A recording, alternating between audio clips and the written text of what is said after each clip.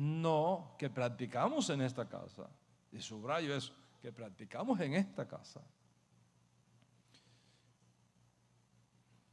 No es necesariamente exactamente igual que las otras expresiones de judaísmo estudiado y considerado en clases pasadas. Por supuesto, tenemos una distinción importante. ¿Y cuál es esa distinción importante? La figura de Yeshua como Mashiach. La presencia de Yeshua como Mashiach entre nosotros nos impone ciertos criterios y nos impone ciertos principios que son diferentes al resto del judaísmo que no reconoce todavía a Yeshua como Mashiach. En las otras expresiones del judaísmo que hemos estudiado, no tienen la interpretación de Yeshua que nosotros tenemos. En otras palabras, nuestro judaísmo es un judaísmo que reconoce a Yeshua como Mashiach. Es un judaísmo con Mashiach. Si tú quieres un judaísmo sin Yeshua, entonces este no es el lugar para ti. Eso no significa que vamos a ser enemigos.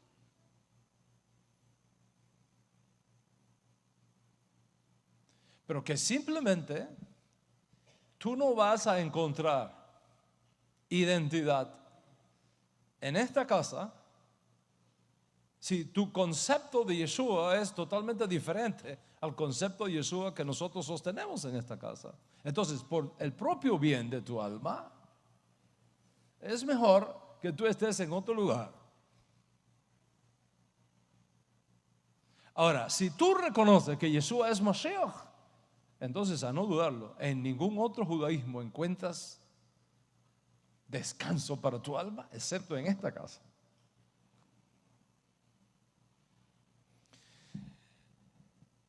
Nosotros no vamos a cambiar a Yeshua. No lo vamos a cambiar por un gallito blanco, no lo vamos a cambiar por un papelito, no lo vamos a cambiar por una visita a un sepulcro distante.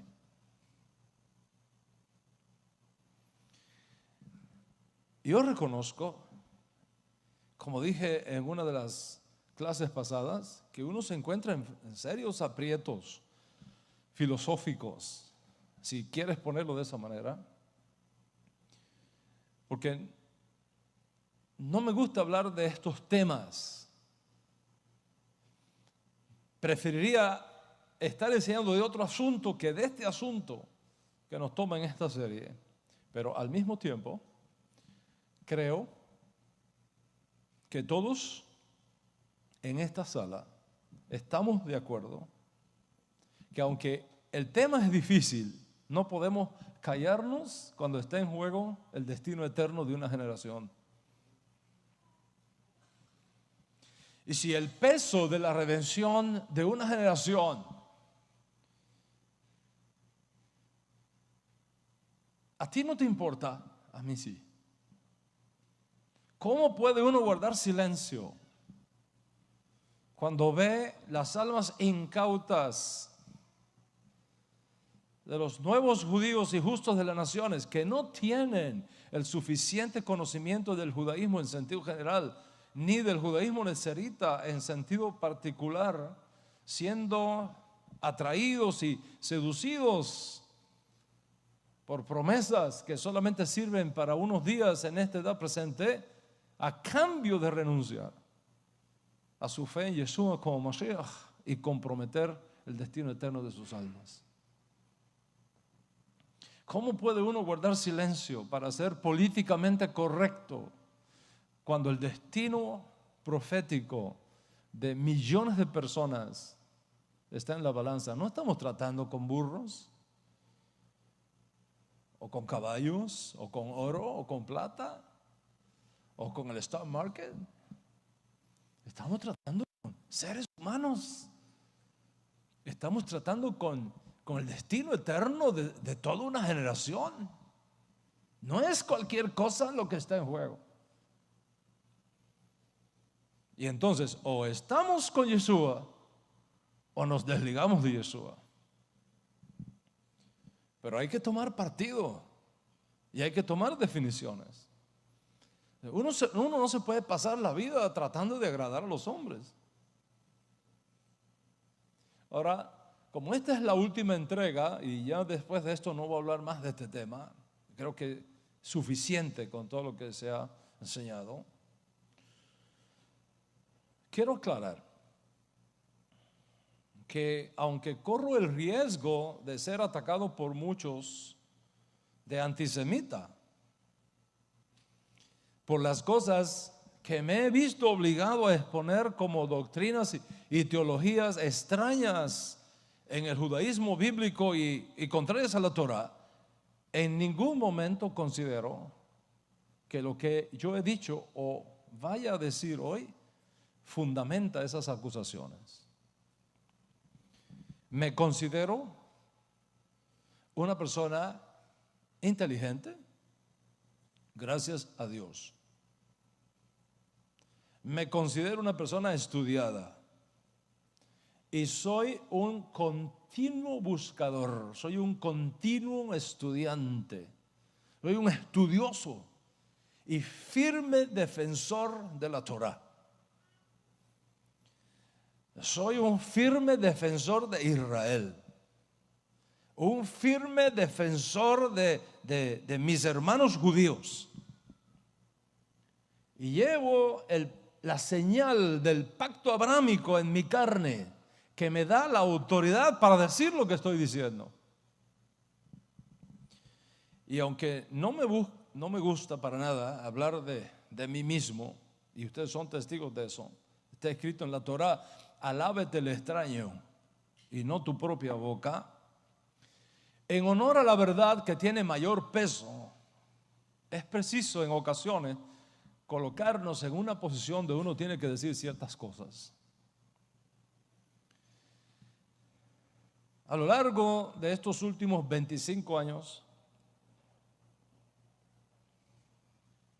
de mi vida pública, los he pasado enseñando Torah en el mundo hispano. 25 años ininterrumpidos enseñando Torah en el mundo hispano. Y según la información que tenemos del Beit Din internacional de nuestra alianza, en estos 25 años aproximadamente 100,000 personas en toda Iberoamérica, desde España hasta la Argentina, que estaban atrapados en las cárceles de la idolatría, tanto de origen yehudí como justos de las naciones, han podido salir de esas cárceles. 100,000 personas. No ha habido país de habla hispana, incluyendo Portugal y Brasil, no ha habido país de habla hispana, incluyendo Portugal y Brasil, que no haya escuchado de mis labios la enseñanza correctiva de la Torah, luchando contra teologías equivocadas, contra la teología del reemplazo, contra la teología de la transferencia, contra el antisemitismo, no solamente de forma oral y presencial, sino además en clases, audios, videos y más de 30 libros que por la gracia de Hashem nos ha permitido escribir sobre este tema.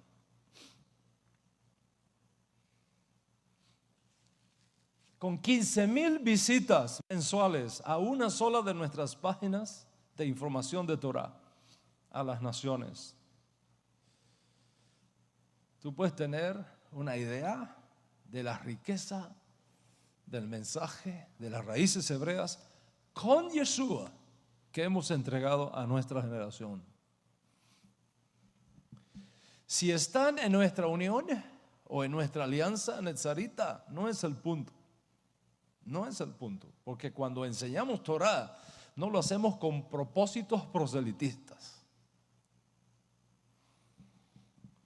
Lo hacemos por el honor del cielo y lo hacemos por el honor de la Torah misma.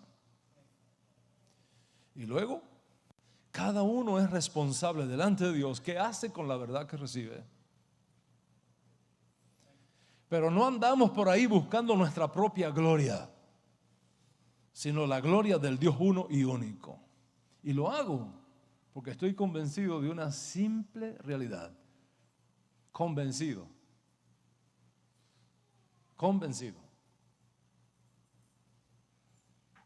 No es una opinión mía, no es una certeza siquiera, es una convicción mía. ¿Y cuál es la convicción? Lo que yo he recibido de mi maestro, que nadie puede venir a la Torah si Hashem no lo trae. Nadie puede venir a Mashiach si Hashem no lo trae y se lo revela.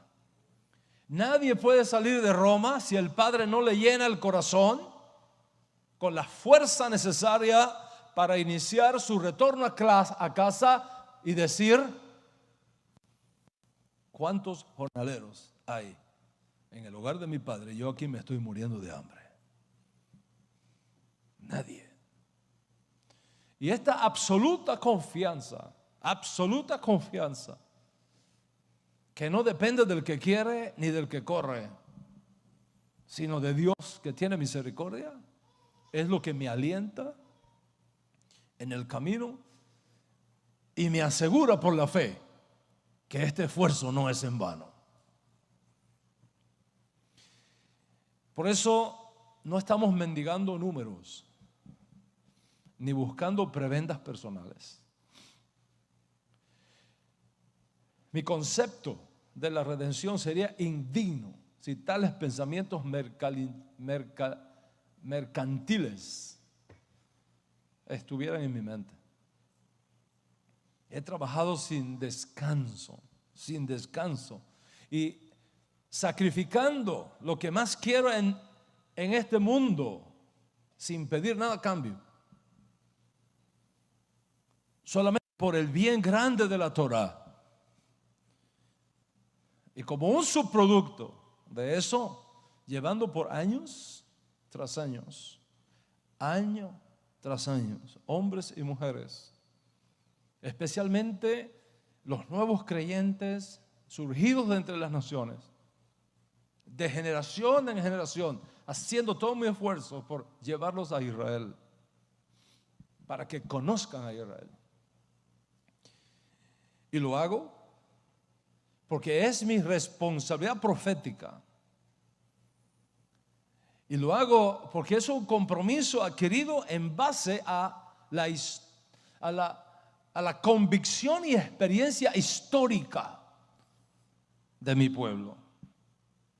Lo hago para que sean transformados en los mejores defensores de Israel en sus países de orígenes cuando regresen a sus casas, y puedan impactar en sus gobiernos, puedan impactar en sus políticos, puedan impactar en los congresos nacionales donde ellos viven, para que sus países sean amigos de Israel, no enemigos de Israel. Y gracias a Dios, muchos de los que con la ayuda del Eterno logramos sacar de las cárceles de la idolatría, han decidido hacer aliyá. Y hoy día viven en Israel con sus familias. Incluso muchos de sus hijos están en el ejército de Israel y sirven como soldados de nuestra patria.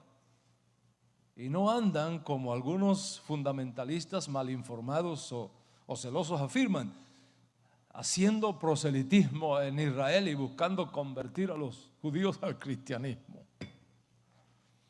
Lo aleno.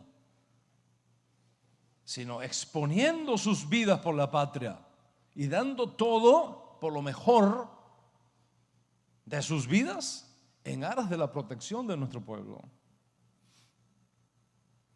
Y son los nuevos judíos en Israel comprometidos con la Torah, comprometidos con los mandamientos, no desestabilizando a Israel,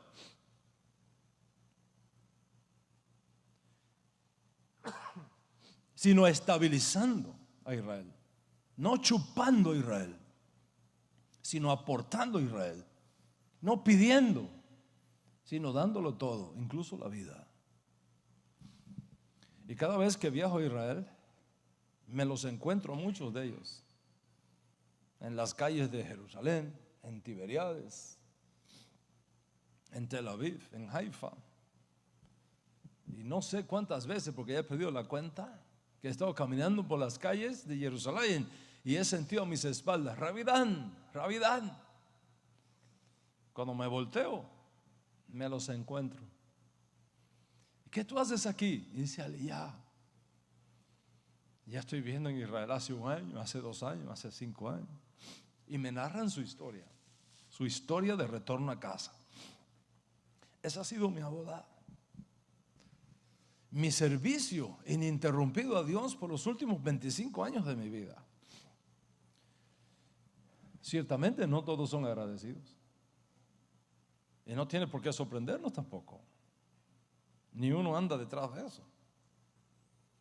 Pero como sucedió con el maestro, sucede con los discípulos. Si al maestro de 10, uno solo vino a darle las gracias, y el discípulo no es más que su maestro, sino bástale al discípulo ser como su maestro, entonces estamos bastante bien.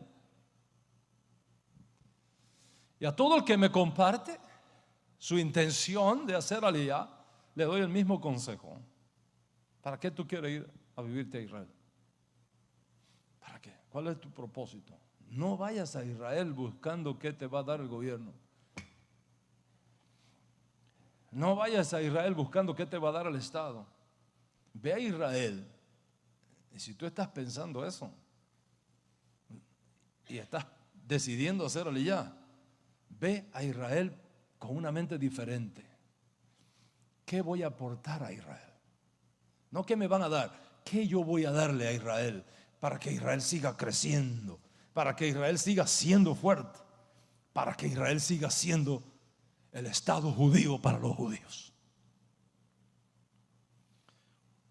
Tengo nietos nacidos en Israel. Parte de mi alma está enraizada en Eretz Israel, desde las fronteras con el Líbano hasta el Arabá en el sur. No estamos jugando. No estamos jugando. Sabemos del compromiso que tenemos y sabemos a quién servimos y sabemos de quién vamos a recibir la recompensa y a quién vamos a tener que dar cuenta. Y como este es la última entrega de la serie Eligiendo tu Judaísmo, permíteme explicarte una razón más que llevo en el alma por la cual estoy haciendo esto y ayudando a tanta gente como pueda a que visite a Israel y que conozca a Israel. De paso, aprovecho para decirles que nuestro próximo viaje está pactado para el 21 de diciembre secular, del 21 de diciembre al 31 de diciembre. Vamos a pasar 10 días maravillosos en Israel. ¿Con guerra o sin guerra? Vamos a ir a Israel con la ayuda de Hashem. Pero te voy a compartir una de las ventanas por donde me viene esta fuerza.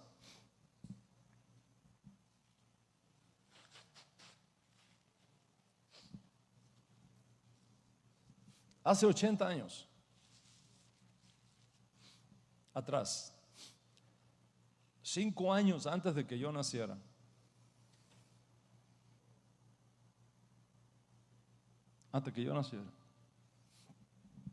toda la familia judía en los campos de exterminio de Auschwitz, en Polonia, que alcanzó la suma de 4,000 almas, recibió la orden del Comando Superior nazi de moverlos totalmente de sus cárceles y dejar Auschwitz vacío.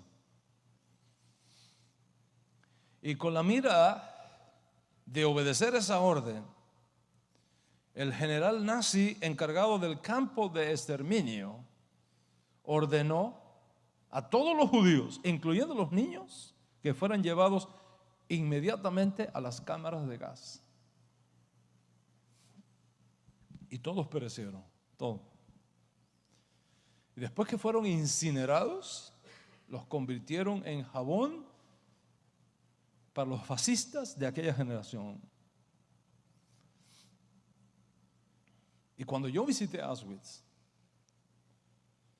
y vi a través de aquellas vidrieras interminables los zapaticos de nuestros niños judíos de todos los tamaños, desde así hasta grandecito, ahí están de testigos.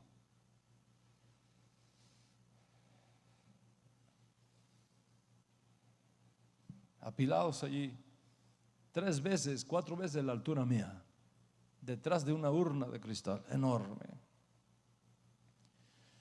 Cuando yo vi aquello y vi las maletas viejas y abolladas de mis hermanos mayores, y pasé por aquellas cámaras de gas que todavía huelen a carne humana y que sirven de testimonio al mundo del más vergonzoso genocidio concebido alguna vez por el hombre, me dije a mí mismo y juré: lucharé con todas mis fuerzas para que esto nunca más vuelva a ocurrir. Lucharé con todas mis fuerzas para que esto nunca más vuelva a ocurrir. Y desde entonces ha sido mi compromiso con Dios llevar a tantos discípulos como pueda a Israel,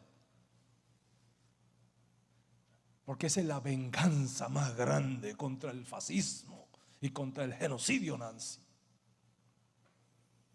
Llevar gente a Israel para edificarlos en la palabra profética y transformarlos en los más extraordinarios embajadores y diplomáticos de Israel delante del mundo, para que las naciones sepan que el Dios de Israel es fiel y que Israel nunca será destruido.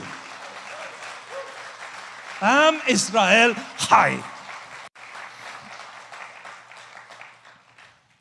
Que cuando ellos vayan allí, incluso algunos hasta se queden y hagan vida en Israel, probado que cumplen con todos los requisitos establecidos por las leyes de Israel para hacerlo, y les nazcan hijos de una generación, puedan ver lo que yo vi en Auschwitz, que después de tomarme las fotos en aquellos lugares de tanto contenido, escuché detrás de mí un coro de niños cantando el Shema. Y me regresé a las cámaras de gas y había más de 200 niños acabados de llegar de Israel, de la nueva generación, cantando donde sus abuelos fueron matados y asesinados: Shema Israel, Adonai Eloheinu, Adonai Echad.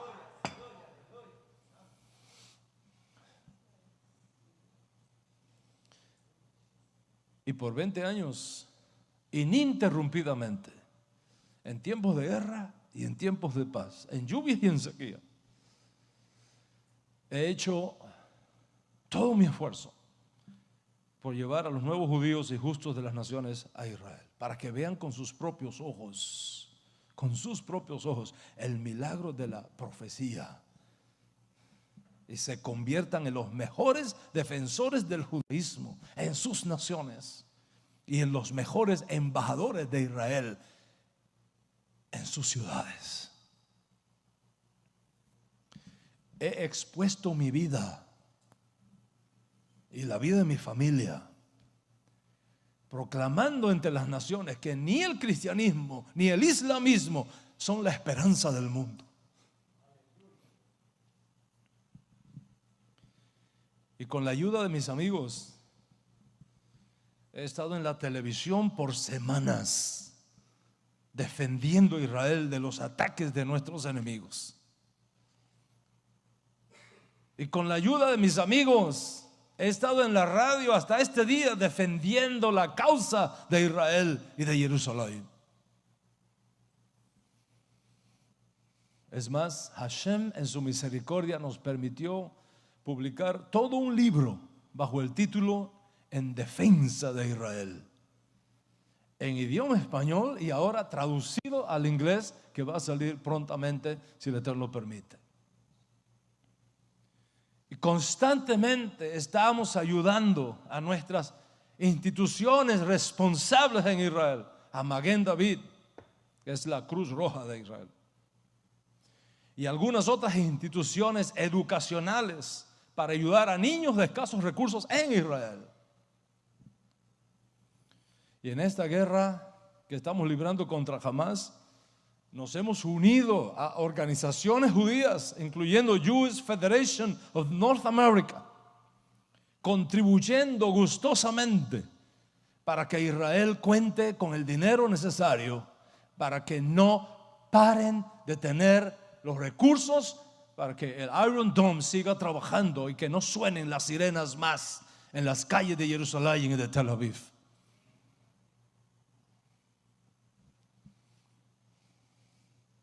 Incluso acabo de recibir un correo donde se felicita a esta comunidad por la Jewish Federation of North America, porque una de las donaciones que enviamos lo hice a nombre de esta comunidad que ama a Israel.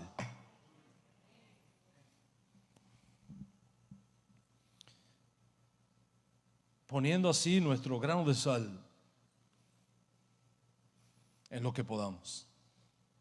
Y no hay comunidad que esté bajo mi responsabilidad en el judaísmo que representamos en esta casa, que cada Shabbat en el servicio de la mañana, cada comunidad judía de nuestra alianza no tenga una sección separada para hacer una tefilá a favor del ejército de Israel. De hecho, lo hicimos esta mañana aquí.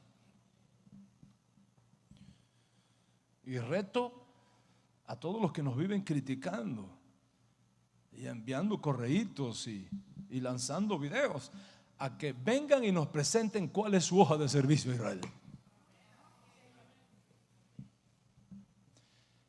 Que se dejen de demagogias y nos presenten cuáles son realmente sus hojas de servicio a Israel. ¿Qué han hecho? ¿Y qué están haciendo para cuidar de nuestro pueblo? Excepto sembrar odio sin causa y la expansión del síndrome del rechazo y el chauvinismo elitista que no tiene futuro en la humanidad. Y digo esto, y me he colocado en la posición casi obligada a decir esto, para que nadie vaya a pensar, ni le pase por la mente, que las cosas que he expuesto aquí son contra la Torah, y mucho menos contra el judaísmo, ni mucho menos contra nuestro pueblo Israel. Porque como dijo uno de nuestros grandes maestros del pasado, no tenemos nada contra nuestro pueblo ni contra las costumbres de nuestros padres. Mis escritos son pro Torah, pro Israel y pro judaísmo. Pero eso no significa que tenemos la mente cerrada y los ojos cerrados. Tenemos puntos de divergencia con el resto del judaísmo, como lo conocemos hoy día, igual que ellos tienen puntos de divergencia con nosotros. Y así como en todas las cosas ellos no están de acuerdo con nosotros, nosotros en todas las cosas no estamos de acuerdo con ellos. En otras palabras, estamos de acuerdo en que no estamos de acuerdo en todas las cosas. Pero de ahí a asumir otra cosa es un grave error. Eso sería como decir que por cuanto no me gusta el helado con sabor a melón, no me gusta el helado. No, un momentito. Me gusta el helado. Es decir, el judaísmo. Pero hay algunos sabores en el helado que no son de mi elección, porque yo creo que hacen daño a mi salud.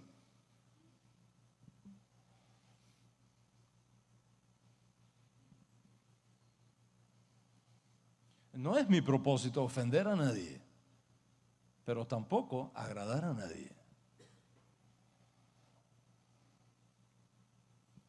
Excepto a Dios.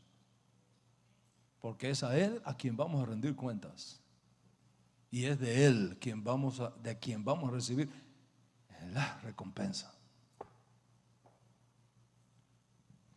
Y expongo todas estas cosas que expongo con total honestidad académica e histórica, según mi propia capacidad de intuición y según mi estudio y según el estado de mi conciencia. Y mis observaciones no son contra el judaísmo como tal, sino contra algunos sabores dentro del judaísmo que en mi opinión son contrarias a la Torah y que se han infiltrado en algunas expresiones del judaísmo moderno que constituyen, en mi opinión, un peligro para el destino eterno de millones de personas en el mundo. Y es mi esperanza que algún día, más cercano que nunca,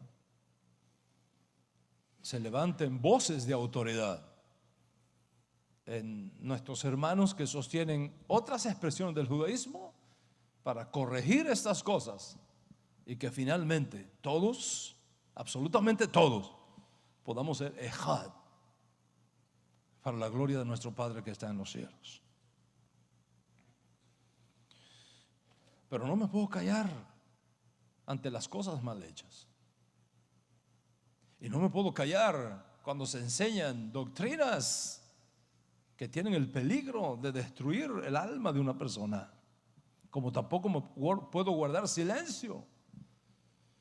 Hoy día, cuando rabinos ultraortodoxos son capaces de irse a Gaza y tomarse un té con los enemigos de nuestro pueblo mientras nos están lanzando misiles y matando a nuestros hijos.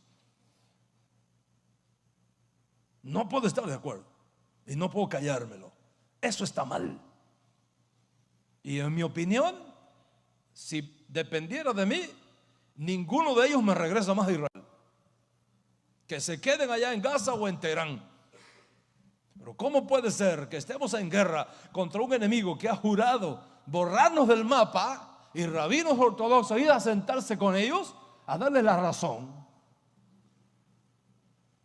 y proponer la desmantelización, la destrucción del Estado judío?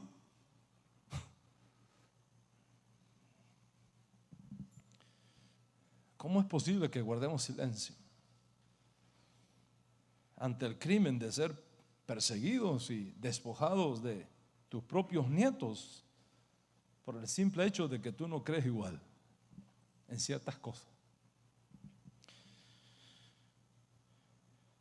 Y tú que has resucitado de entre los sepulcros de las naciones y te has abierto como una pequeña planta entre los escombros de falsas teologías y creencias en las cuales creciste, estás expuesto a ser plantado en cualquier suelo que huela a judaísmo sin conocer los peligros de ciertos pesticidas que están escondidos allí y que tienen el potencial de intoxicar y dañar tu fe en Yeshua como Mashiach.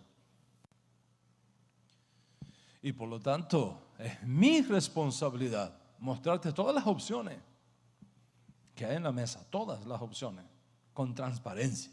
Y lo hemos hecho aquí, con transparencia, académica, histórica y halágica. Para que cuando tú elijas el judaísmo que tú quieres para expresar hoy día tu nueva fe judía, lo hagas con plena conciencia.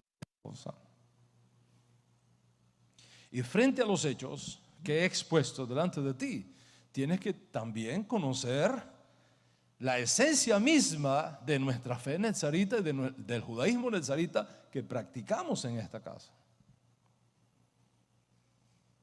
Y es por eso que he venido explicando algunas cosas que son importantes conocer de nuestro judaísmo nezarita, de su diversidad, de las confirmaciones arqueológicas que defienden nuestra interpretación de ciertos textos de la Torá, de dar respuestas a preguntas extremadamente importantes,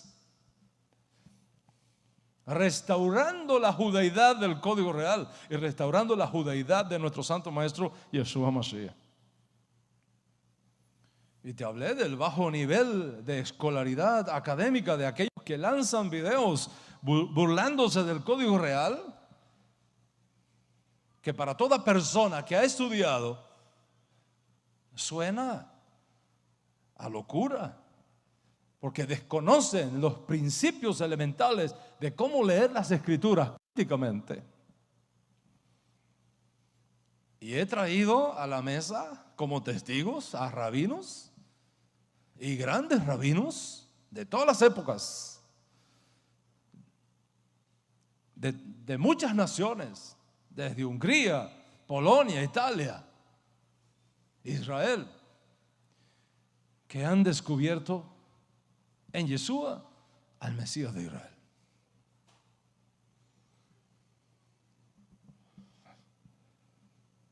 Y por lo tanto es importante que conozcas estas cosas y veas también la belleza que tiene el judaísmo nezarita, no solamente en el tema que ha ocupado esta serie, no solamente por lo extraordinario de su historia, no solamente por lo maravilloso de todas sus conexiones proféticas que hemos visto y estudiado, no solamente por su extraordinario concepto del valor y lo sagrado de la vida humana de todos los hombres, sino también por el hecho de que el judaísmo nezarita es extraordinario, porque contiene seminalmente, y repito esa frase, porque contiene seminalmente toda la grandeza ética que sabios posteriores reconocerán como válida en los demás tipos de judaísmo que existen en el mundo. Y hoy precisamente me voy a ocupar de eso. Te voy a dar las siguientes evidencias.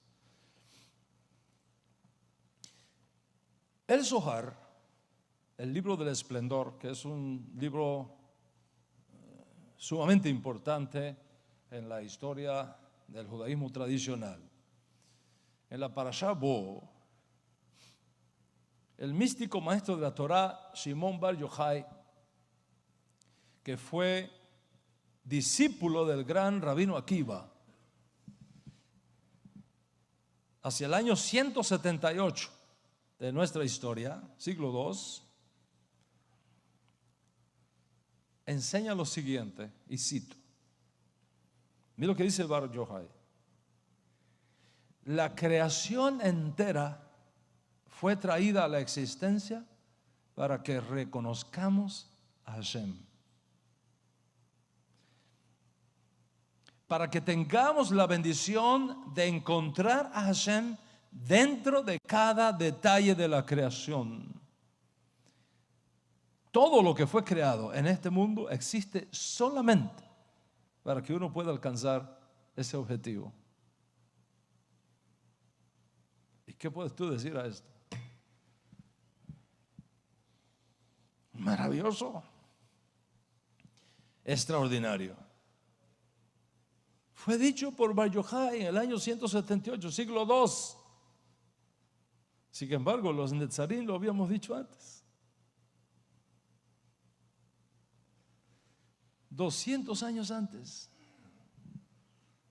uno de los estudiantes, el estudiante más aventajado de Yeshua Mashiach, escribió una carta donde dice: lo que de Dios se conoce ha sido revelado, porque Dios mismo lo hizo revelar.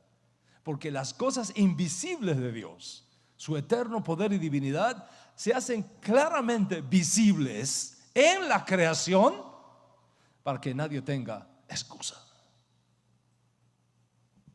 Entonces, ¿quién es más original? ¿El Zohar o el judaísmo nezarita, que lo dijo 200 años antes?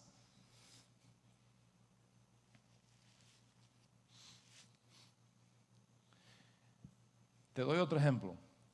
Está escrito en la Torah: amarás a tu prójimo como a ti mismo. Es un fundamento tremendo. Amarás a tu prójimo como a ti mismo. Levítico 19, verso 18. Esta es una de las propuestas éticas más revolucionarias y adelantadas comparado con el resto del mundo. Cuando Hashem nos entregó ese mandamiento por medio de Moshe Rabeno, donde existía la esclavitud del hombre por el hombre, donde los hombres se vendían en auctions, en subastas públicas,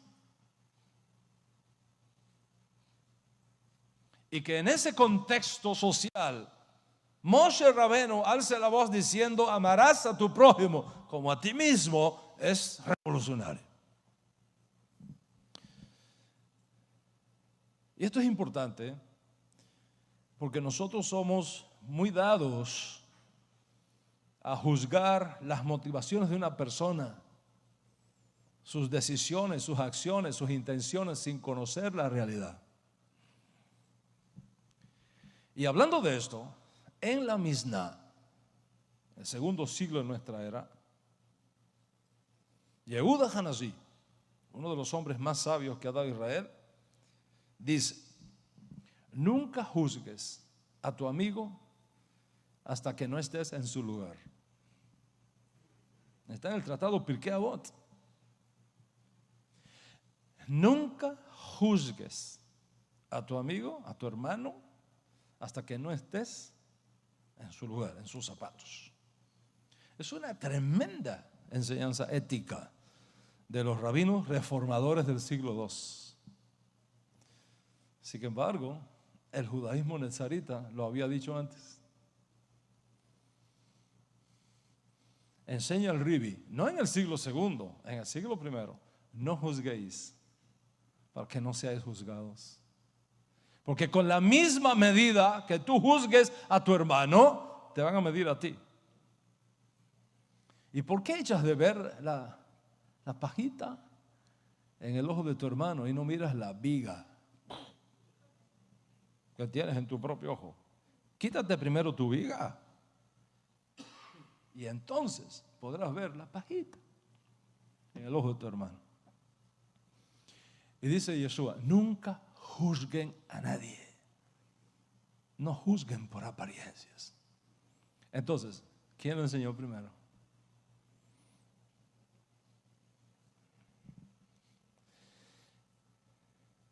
¿Cuál es el mandamiento que resume todos los mandamientos? ¿Cuál es el mandamiento que resume todos los mandamientos? Podemos decir algo del rabino Akiva del siglo II de nuestra era, aunque en algunas cosas no estamos en acuerdo. La mayoría de las cosas que enseñó Rabbi Akiva son extraordinarias. Y hablando de este mandamiento dado por Moshe Rabenu, de amar al prójimo como uno mismo, mira lo que enseñó el Rabbi Akiva, siglo II. Y lo enseñó no en cualquier contexto. Lo enseñó en el contexto cuando él vio que se le murieron 24,000 discípulos en pocas semanas. Se fueron muriendo por cientos, por miles, todos los días. le fueron muriendo. De 24,000 discípulos que tenía, le quedaron 5, nada más. Y entonces, reflexionando sobre la causa por la cual se le murieron todos sus discípulos, excepto 5, él llega a una conclusión. Todos murieron por esta plaga porque no se respetaban el uno al otro. No se respetaban.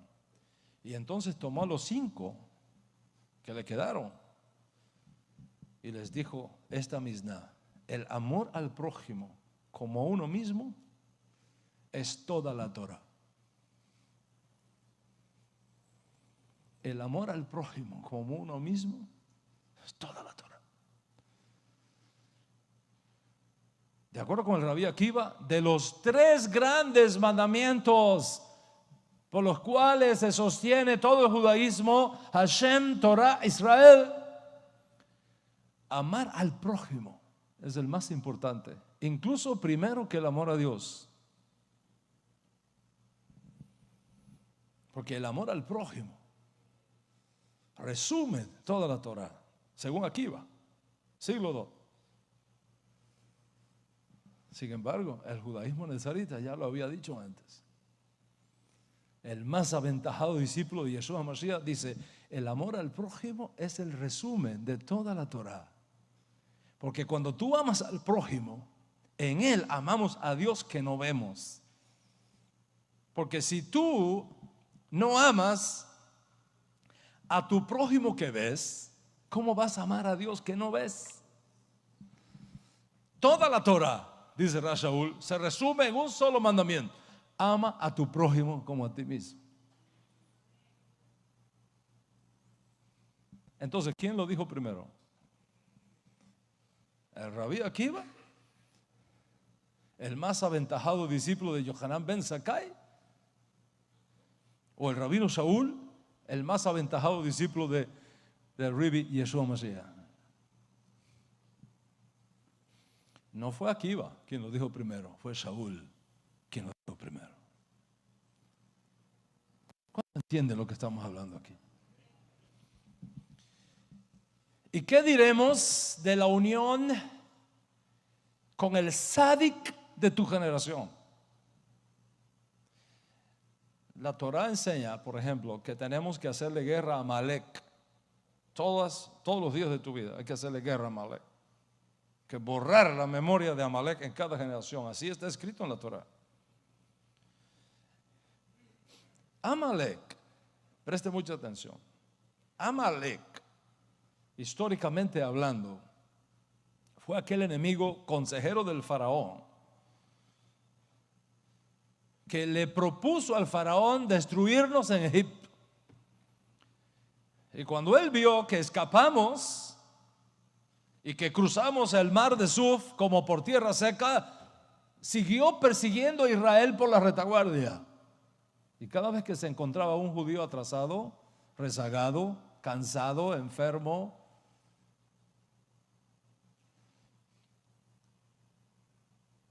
los asesinaba a sangre fría. A sangre fría. Como hicieron con este periodista nuestro hace poco en Irak. A sangre fría. Tomaba ventaja de los que no podían defenderse para minar la fe de nuestro pueblo. Fue un acto, lo que hizo Amalek fue un acto de maldad y de cobardía sin nombre. Y Dios le dijo a Moisés: borrarás la memoria de Amalek de la tierra. Entonces, eso es lo histórico. Lo histórico. Desde entonces, los sabios de nuestro pueblo han visto también a Amalek como el enemigo oculto en el camino. Y como tal, vino a ser representativo de Sejará, que está escondido en nosotros, la mala inclinación. Y hablando de Yeshua, representado en la figura histórica de Amalek, el maestro hasídico Nachman de Breslov, bisnieto del Baal Shem Tov, para el año 1801, siglo 19 de nuestra era enseña que la estrategia para luchar contra Amalek es acercarse al verdadero Sadik, quien es un aspecto de Moshe Rabenu, quien luchó contra Amalek y puso el calor y la pasión del corazón de Israel para que siempre arda en fuego sagrado por Hashem. ¿Cómo es posible eso? Nachman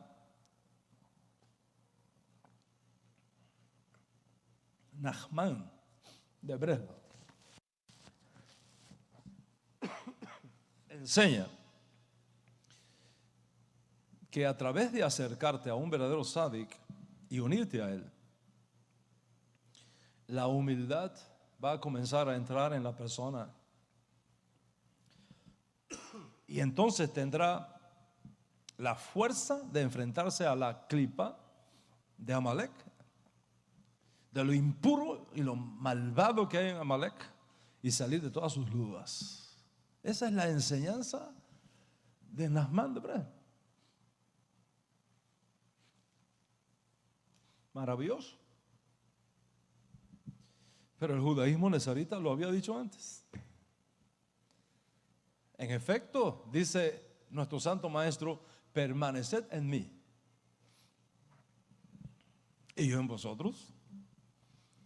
Como la rama de la vid no puede llevar fruto por sí sola si no permanece recibiendo la savia, ustedes tampoco si no permanecen en mí. Dice Yeshua, el que se une íntimamente a mí y yo en él, lleva el fuego por Hashem. Porque separados de mí, ustedes no pueden hacer nada. Entonces, ¿quién es más original? ¿Quién lo dijo primero?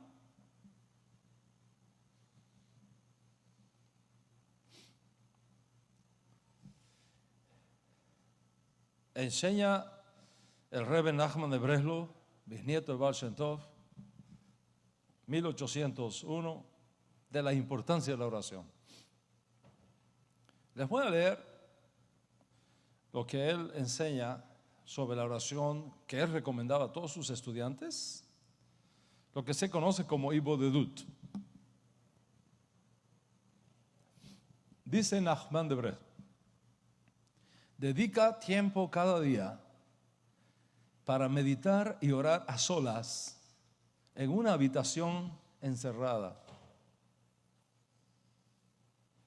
o algún prado o bosque privado y expresa tus pensamientos y tus sentimientos más íntimos y tus rezos personales a Dios. Mire qué bonito. Dice Nachman, utiliza cualquier tipo de recurso y argumento. Usa palabras que te ganen el cariño de Dios y su favor. Suplica a Dios para acercarte más y dejar que realmente le sirvas. Esto se llama Itbodedut. Debes mantener esta conversación con Dios en el idioma en el cual tú hablas mejor. Nuestras oraciones normalmente las hacemos en hebreo, pero si esto no es tu lengua materna, es difícil utilizarlo para dar expresión a tus pensamientos y sentimientos más íntimos de todo uno y el corazón. Es más fácil, continúa diciendo Nachman de Breslau, es más fácil para derramar tu corazón y decir todo lo que tú necesitas decir en tu propio idioma. Y debes decirle a Dios todo lo que sientes, ya sea la contrición, el deseo de arrepentirte o peticiones y súplicas que tengas de acuerdo a tu nivel. Ibodedut es de gran valor. Es la manera correcta de acercarse a Dios. Incluye todo lo demás. No importa lo que falta en tu servicio a Dios. aunque te sientas totalmente alejado, dile a Dios todo y pídele todo lo que necesitas. Enciérrate solo en un lugar y ora a Dios en tus propias palabras. Maravilloso, maravilloso. Son consejos de inestimable valor y lo apreciamos. Y hasta el día de hoy, los Breslos siguen esta práctica de su maestro. Y ellos consideran el Hivodedut la forma más elevada y efectiva de oración que existe. Maravilloso. Pero el judaísmo nezarita lo había dicho antes, 1771 años antes de Breslov. Nuestro Ribi dice: cuando tú vayas a rezar, entra en tu cuarto y cierra la puerta y órale a tu padre que está en secreto, y tu padre que ve en secreto te va a recompensar en público. Entonces, ¿quién lo dijo primero? Hivodedut no es creación del Rebbe Nachman de Breslov, es la enseñanza del Ribi Yeshua, el maestro de justicia de Israel y del mundo. Hivodedut no es la enseñanza del judaísmo ultraortodoxo hasídico, es la enseñanza primaria del judaísmo nezarita. Entonces, ¿qué hace un nezarita en Breslov? Cuando tenemos aquí la luz original, cuando tenemos aquí la fuente de donde nace el río, no la desembocadura. Sonría, que Hashem le ama muchísimo.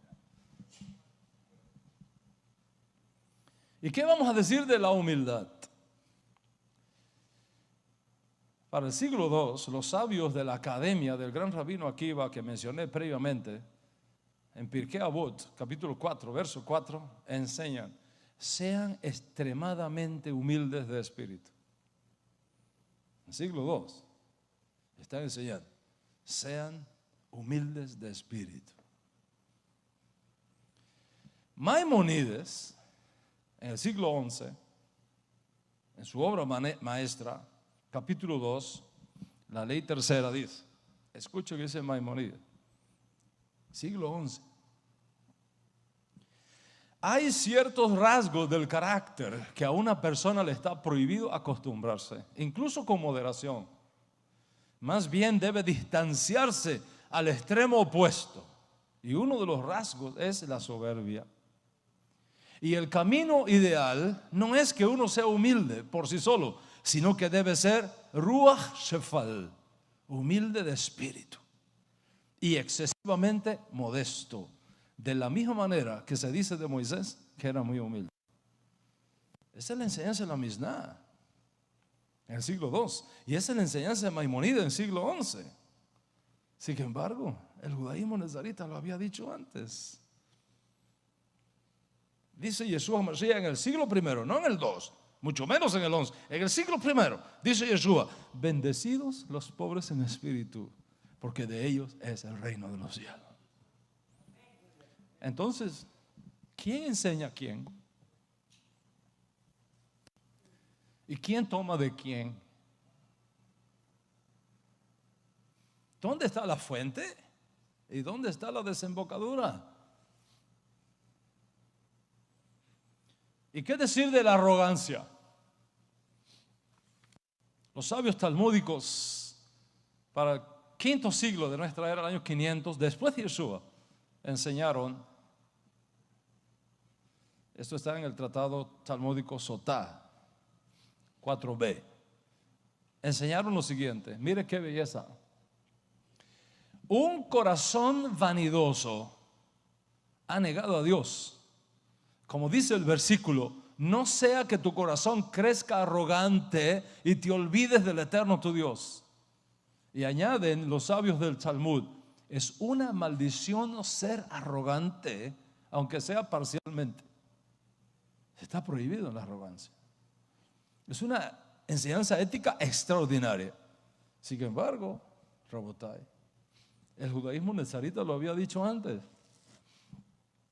El más aventajado discípulo de nuestro santo maestro dice: nada hagáis por contienda o por vanagloria, nada, antes bien con humildad. Y dijo más, dice: Dice la enseñanza nazarita: ninguno tenga más alto concepto de sí que el que debe tener, sino que piense de sí medidamente, más bien considerando a los demás como superiores a usted mismo. Y siguiendo esa misma línea de pensamiento, otro discípulo de Yeshua escribe a los jóvenes de su generación y les dice: jóvenes, estén sujetos a vuestros jueces, y todos vestidos de humildad, porque Dios resiste a los soberbios, pero da gracia a los humildes. Esa es la enseñanza nazarita del siglo I. Varios siglos después, 500 años después, el Talmud va a decir lo mismo. Entonces, ¿quién sigue a quién? ¿De dónde es que viene la luz? ¿Cuántos están conmigo hasta aquí? Les tengo una pregunta. ¿Qué es lo más importante? ¿Lo que sale de la boca o lo que entra por la boca?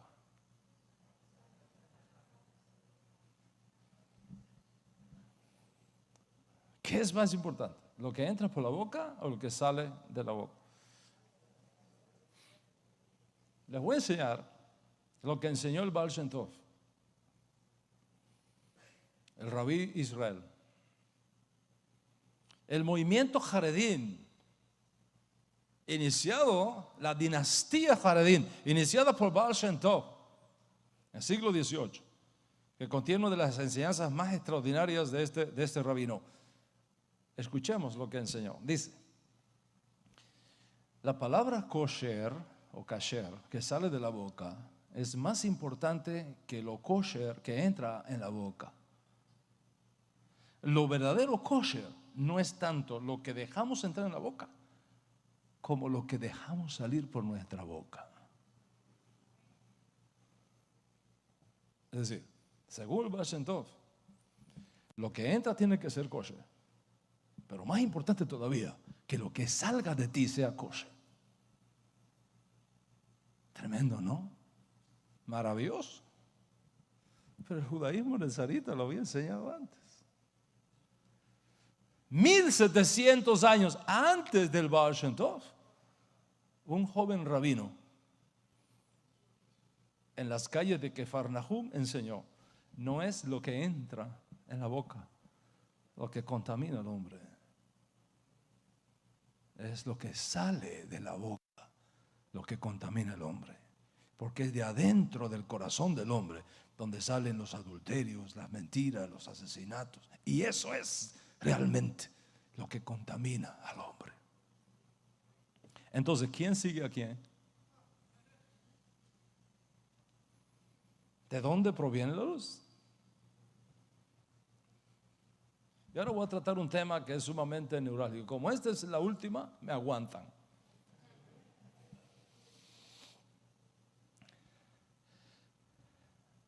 ¿Se puede tener más de una mujer o no?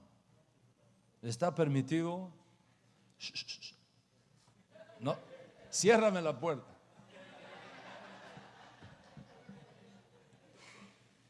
¿Está permitido tener más de una mujer a un solo hombre o no?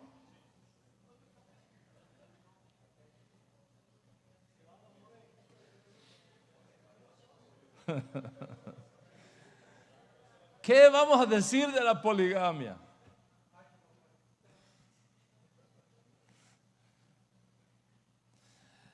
El tema del matrimonio y el tema de la familia es sumamente complejo. Y voy a revelar 2 o 3 secretos acá, sobre todo a las nuevas parejas, a los nuevos jóvenes que están aquí, que están buscando pareja. Son secretos de la Torah extraordinarios. Y por nada del mundo te cambies, porque ahora es que esto se pone bueno. ¿Qué diremos de la poligamia? El tema del matrimonio, el tema de la familia, complejo. La única cosa considerada no buena en la creación fue que el hombre estuviera solo. No es bueno que el hombre esté solo. Pero cuando una mujer llega a la vida de un hombre, todo se altera. Y todo cambia. Porque donde la mujer llega se inicia la vida. Donde la mujer llega se inicia el movimiento. Las aguas están tranquilas hasta que aparece la mujer. En el buen sentido de la palabra. ¿Okay? Con la creación de la mujer, el hombre se sana su soledad. Se crea una familia. Y vienen los hijos. Y por supuesto también las disputas familiares, las herencias. Eso es bien complicado. Hay que saber moverse en estas aguas. No es fácil. El cristianismo católico, por ejemplo, prohibió a sus religiosos casarse. No, prohibió. Un sacerdote católico no se puede casar. Está prohibido por el Vaticano. Y eso es una violación de la Torá. Una violación de la Torá. La Torá permite la unión responsable, legítima, entre un hombre con una mujer para la continuidad de la raza humana. Mira, es bien fácil resolver estos problemas tan complejos del mundo que nos ha tocado vivir, es bien fácil. Toda relación donde la humanidad, la continuidad de la humanidad se atrofie, no es kosher. Tan simple. Toda relación donde la continuidad biológica de la humanidad se atrofie, no es kosher. Hay excepciones a la regla, pero son excepciones. Si tú quieres saber si un matrimonio es kosher, lo primero que tienes que mirar es si tienen capacidad de reproducir otro ser humano. Si no tiene capacidad para reproducir otro ser humano, entonces es contra naturaleza. Está prohibido. En otras palabras, la Torá prohíbe todo tipo de relación abiológica. Los matrimonios híbridos están prohibidos por la Torá. No question about it. ¿Te casaste con un mono? Está prohibido por la Torá. De un hombre con un mono no sale otro mono, ni otro. De una mujer con una bestia no sale ni una bestia ni un hombre. Eso está prohibido por la Torá. De un hombre con otro hombre no sale otro hombre. De una mujer con una mujer no sale otra mujer. Prohibido. Híbrido está prohibido por la Torá. Tan simple como es. Pero la monogamia es diferente. La monogamia en la iglesia no tuvo como fundamento alguna enseñanza de la Torá, sino consideraciones económicas y políticas.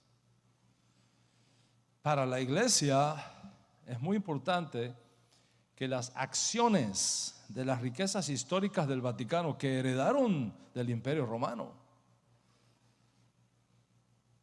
y que incrementaron con las conquistas del mundo, acciones a las que tiene acceso todo sacerdote, todo obispo, todo cardenal, papa, no pasen si se casan a la esposa. Porque si se casan, entonces las acciones hay que dárselas a la mujer también. Y si tienen hijos, hay que dárselas a los hijos. Y entonces hay una merma de riqueza que tiene el potencial de empobrecer la iglesia. Por lo tanto, no puede casarse. Cuando el sacerdote muere, el único heredero es la iglesia otra vez. Todo vuelve otra vez al Vaticano.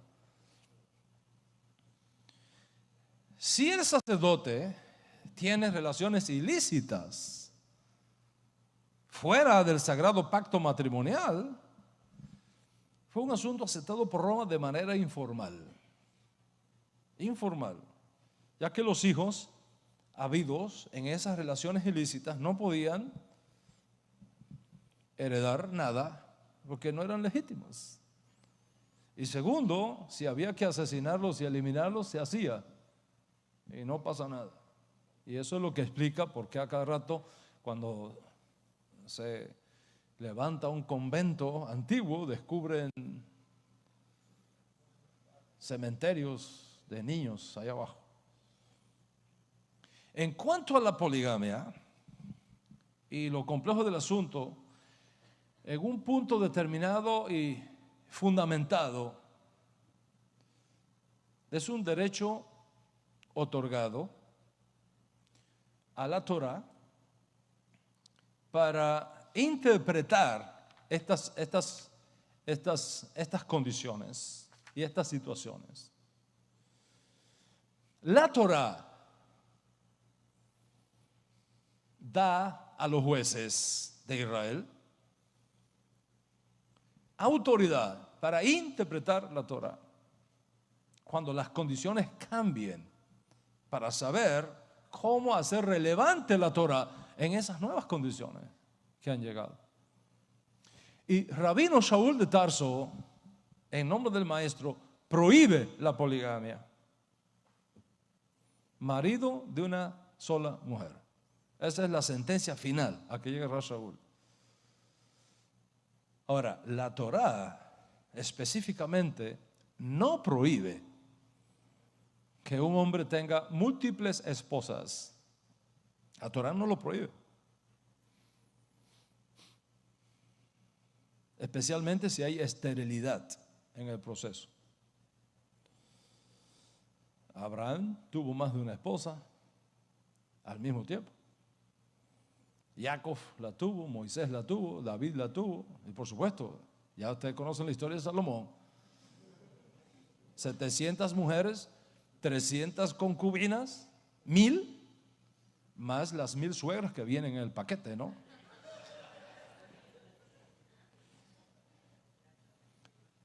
Tanto antes de la promulgación de la ley, como en la ley, como después de la ley de Sinaí, se permitió a un varón adulto tener múltiples esposas. No podemos negar eso. Está en la Torá. Sin embargo, ese no fue el estado ideal. Atiéndame, no dejen de escuchar esta parte ahora y sálgase de aquí hasta aquí nada más, porque vas a llegar a una conclusión equivocada a tu casa. ¿Ok? Si te sales ahora vas a llegar a tu casa diciendo, no, el rabí dice que se puede tener 10 mujeres. Wait. Espera. ¿Ok? Ese no fue el estado ideal. El estado ideal de Dios es: dejará al hombre a su padre y a su madre y se unirá a su mujer y será su mujer, será una sola carne.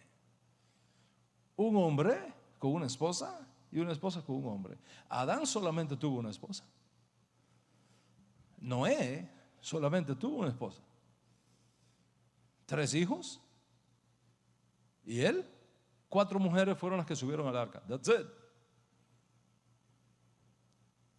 Al arca no subieron 20 mujeres. 4 mujeres nada más, porque entraron 4 esposos.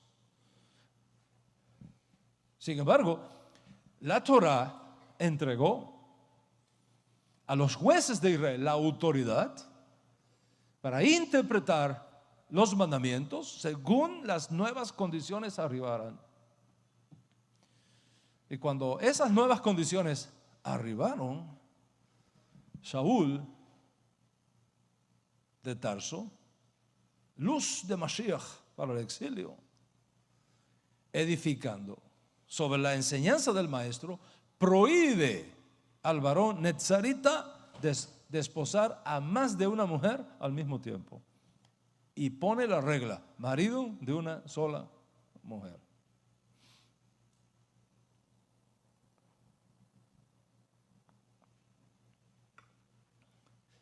Rabí Shaul tuvo que tomar esta decisión por múltiples razones, entre las cuales al menos estaban las siguientes. Número 1, Shalom Bait. Evitar los problemas de celos y rivalidades entre las mujeres en la misma casa, que luego pasaran a los hijos. Es un problemón. Segundo, para que no hubiese discriminación entre las esposas y se dañara la comunidad y se dañaran los hijos. Tercero, por insuficiencia económica. Recuerda los altos impuestos que había en el Imperio Romano.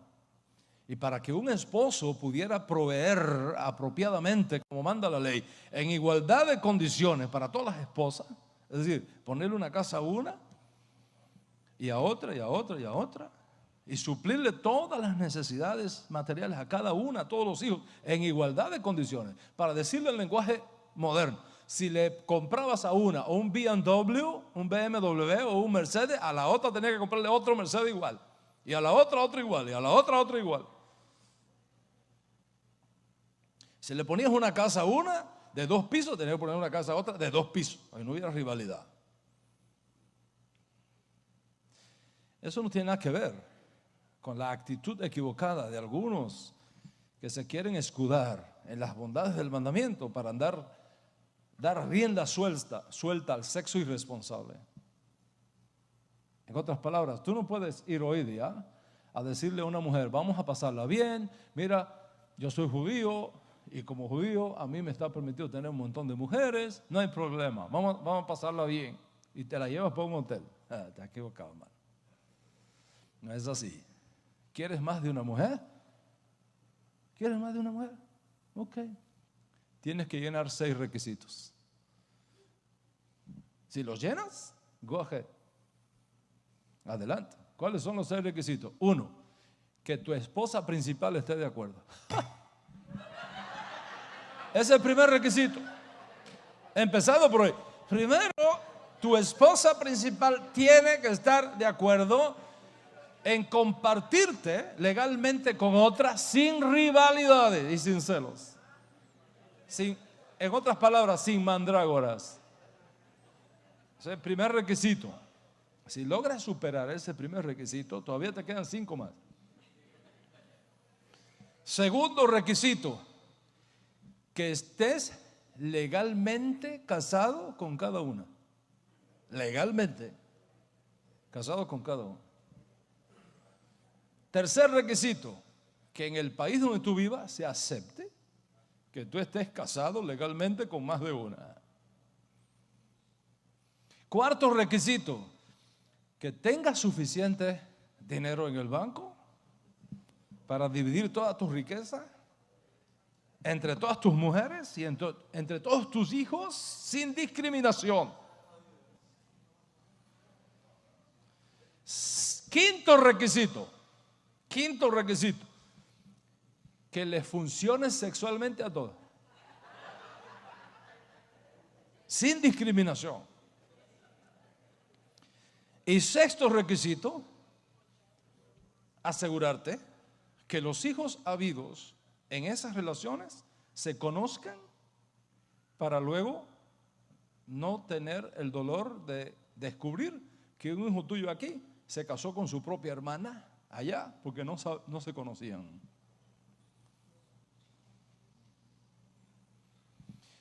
Si todas esas condiciones se dan y tú quieres casarte, pues hermano, váyase para Afganistán o para Libia o no sé para dónde, pero aquí no funciona eso. La ley es, según el judaísmo nazarita, dictado por el juez del Beit Din, Yeshua Mashiach, a las naciones gentiles, su excelencia, el rabino Saúl de Tarso, marido de una sola mujer. Ese es el judaísmo nazarita, por todas estas consideraciones. ¿Qué tenemos en el judaísmo no nazarita que vino después? Para el año 1000, es decir, 900 años después del decreto que prohíbe la poligamia dado por el judaísmo nazarita, el gran maestro judío Gershon ben Yehuda decretó en Europa que la poligamia está prohibida para los judíos. 900 años después. Y luego Maimónides, 2 siglos más tarde, enseñó que con la posible excepción de los reyes, en el evento que vuelva a verlos, está prohibido para un judío tener más de una mujer. Maimónides. Entonces, ¿cuál es la decisión del judaísmo tradicional? Marido de una sola mujer. Pero ¿quién lo dijo primero? ¿Quién lo enseñó primero? El judaísmo nazarita. ¿Y qué vamos a decir del trato amoroso hacia la esposa? La manera tierna que el esposo debe tratar a su esposa. Dice el Talmud, escucha, dice el Talmud, cuando vayas a hablar con tu esposa, baja un escalón. Qué lindo, ¿no? Cuando tú vayas a hablar con tu esposa, baja un escalón. ¿Qué quiere decir que tienes que bajar un escalón? El cuidado que puso el judaísmo reformador post segundo templo hacia la familia.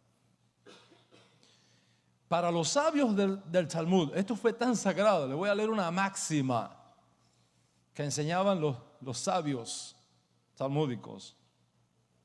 Nunca te sientes junto a una mujer casada, ni bebas vino con ella en una mesa. No sea que tu corazón se enamore de ella y tu pasión te lleve a la ruina. Usted no puede sentarse solo con una mujer casada. Usted no puede ir a un restaurante y sentarse con una mujer casada a tomar vino. Está prohibido por el Talmud, los sabios talmudistas.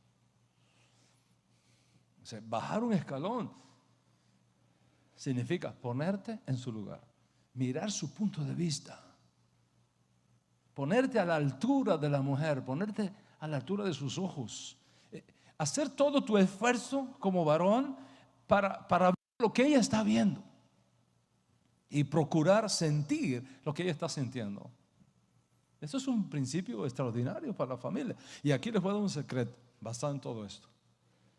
A los muchachos que están buscando novia o no, chicas que están buscando novio, están orando a Dios por un varón.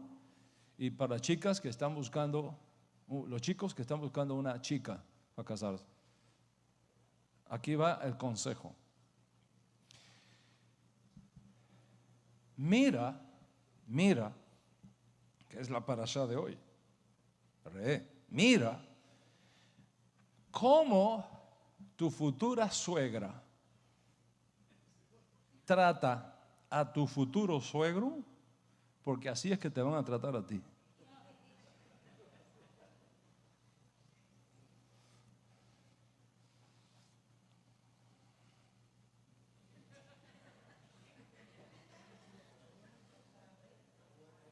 Muchachas, mira cómo tu futura suegra trata a tu futuro suegro, porque así te van a tratar a ti.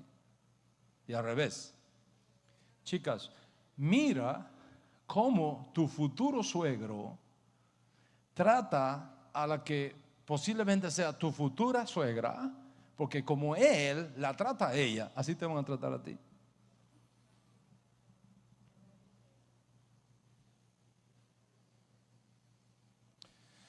Esto no lo podía decir yo cuando tenía 20 años, pero ahora sí lo puedo decir. Y creo que los que están más o menos a la misma edad que yo están de acuerdo conmigo que las cosas son así. Entonces, pon los sentimientos a un lado y toma decisiones en base a tus principios. Porque de ahí depende tu felicidad después y la de tus hijos.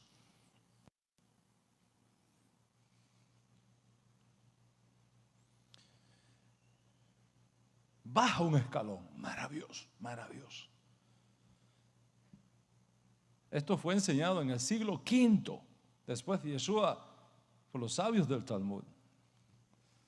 No obstante, el judaísmo netzarita lo había dicho antes, 500 años primero. Uno de los estudiantes de Yeshua dice: ¿cómo tiene que ser la relación del esposo con su esposa? Dice: no le puedes gritar a tu mujer, no la puedes insultar, no la puedes avergonzar delante de terceros, no le puedes poner cargas que ella no puede llevar. Darle honor a la esposa como a vaso más frágil y coheredera de la vida, para que tus oraciones no tengan estorbo. ¿Qué tenemos entonces?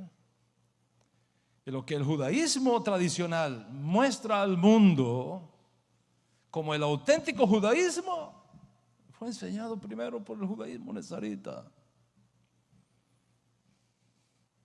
Y el tiempo me faltaría para hablar de la paz, de la honestidad, de la honradez, del servicio a Dios, de la plegaria, de la tzedaká, del maser, de las buenas obras, del trato y relaciones con el sexo opuesto, el trato a los hijos. No hay principio ético, ni en el judaísmo ortodoxo, ni ultraortodoxo, ni conservador, ni reconstruccionista, ni reformista, ni de ningún tipo de judaísmo conocido en el siglo XXI que tenga un principio ético de la Torá que primero no fue enseñado por el judaísmo nezarita.